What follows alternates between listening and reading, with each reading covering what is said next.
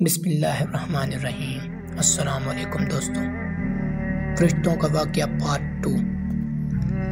سیدنا ابراہیم علیہ السلام کے پاس فرشتے انسانی شکل میں آئے اور ابراہیم علیہ السلام ان فرشتوں کو پہچان نہ پائے۔ پھر فرشتوں کے بتانے پر آپ علیہ السلام کو معلوم ہوا کہ یہ انسان نہیں ہیں بلکہ فرشتے ہیں۔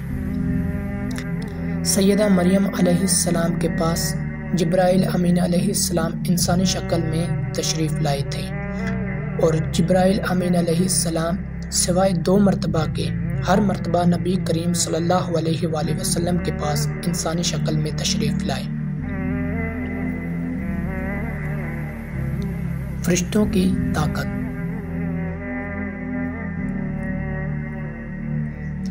اللہ تعالیٰ نے فرشتوں کو انسانوں اور جنوں سے کئی گنا زیادہ قوت و طاقت عطا کر رکھی ہے۔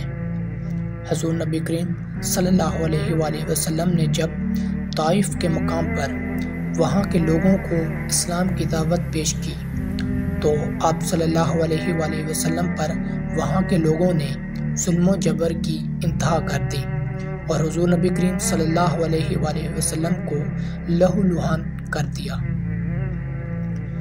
تو اس مقام پر سیدنا جبرائیل امین علیہ السلام تشریف لائے۔ انہوں نے آواز دی اور کہا کہ اللہ تعالیٰ حضور نبی کریم صلی اللہ علیہ وآلہ وسلم کے بارے میں آپ کی قوم کی باتیں سن چکا ہے، جو انہوں نے آپ کے خلاف اقدام کیا وہ بھی دیکھ چکا ہے۔ آپ کے پاس اللہ تعالیٰ نے پہاڑوں کا فرشتہ بھیجا ہے۔ آپ ان لوگوں کے بارے میں جو چاہیں اس فرشتے کو حکم دیں۔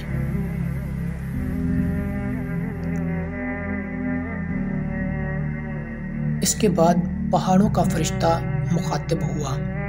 اس نے حضور نبی کریم صلی اللہ علیہ وآلہ وسلم کو سلام کیا، پھر عرض کی، اے اللہ کے رسول، آپ جو حکم دیں میں اس کی تعمیل کروں گا۔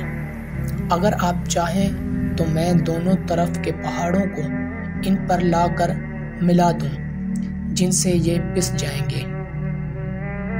اسی طرح جبرائیل امین علیہ السلام کی قوت و طاقت کے بارے میں قرآن مجید میں ہے، انہیں حضور نبی کریم صلی اللہ علیہ وآلہ وسلم کو زبردست طاقت والے فرشتے نے سکھایا ہے جو زور آور ہے۔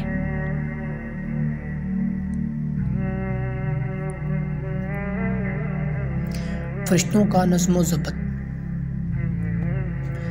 فرشتے اپنے ہر کام میں نظم و ضبط کی پابندی کرتے ہیں، جس میں کسی قسم کی کمی پیشی یا سستی اور کاہلی وغیرہ کا مظاہرہ نہیں کرتے۔ جن فرشتوں کی جب اور جہاں ڈیوٹی شروع ہوتی ہے وہ اس وقت وہاں پہنچ جاتے ہیں اور اسے حسن طریقے سے سر انجام دیتے ہیں۔ فرشتوں کی موت۔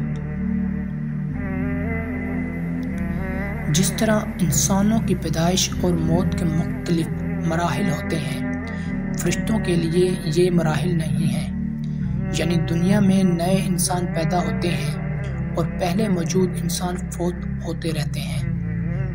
لیکن اس کے برعکس جب اللہ تعالیٰ نے فرشتوں کو پیدا کیا ہے تب سے وہ زندہ ہیں اور قیامت قائم ہونے تک جب تک اللہ پاک چاہیں گے وہ زندہ رہیں گے۔ تب تک اللہ تعالیٰ کی طرف سے انہیں جو ذمہ داریاں دی گئی ہیں انہیں حسن طریقے سے وہ پورا کرتے رہیں گے۔ لیکن جب قیامت آئے گی تو یہ بھی فرشتے بھی موت سے دوچار ہوں گے۔ پھر ایک ایسا وقت آئے گا جب کائنات میں اللہ کے علاوہ کوئی چیز زندہ نہ رہے گی۔ اسی صورتحال کو قرآن مجید میں اس طرح بیان کیا گیا ہے، زمین پر جو ہیں سب فنا ہونے والے ہیں، صرف تیرے رب کی ذات جو عظمت اور عزت والی ہے وہی باقی رہ جائے گی۔ اسی طرح ایک اور مقام پر ارشاد ہوا کہ ہر نفس کو مرنا ہے۔ تو دوستو کیسی لگی ہماری ویڈیو؟ آپ کو ویڈیو اچھی لگی تو پلیز چینل کو سبسکرائب کر دیں۔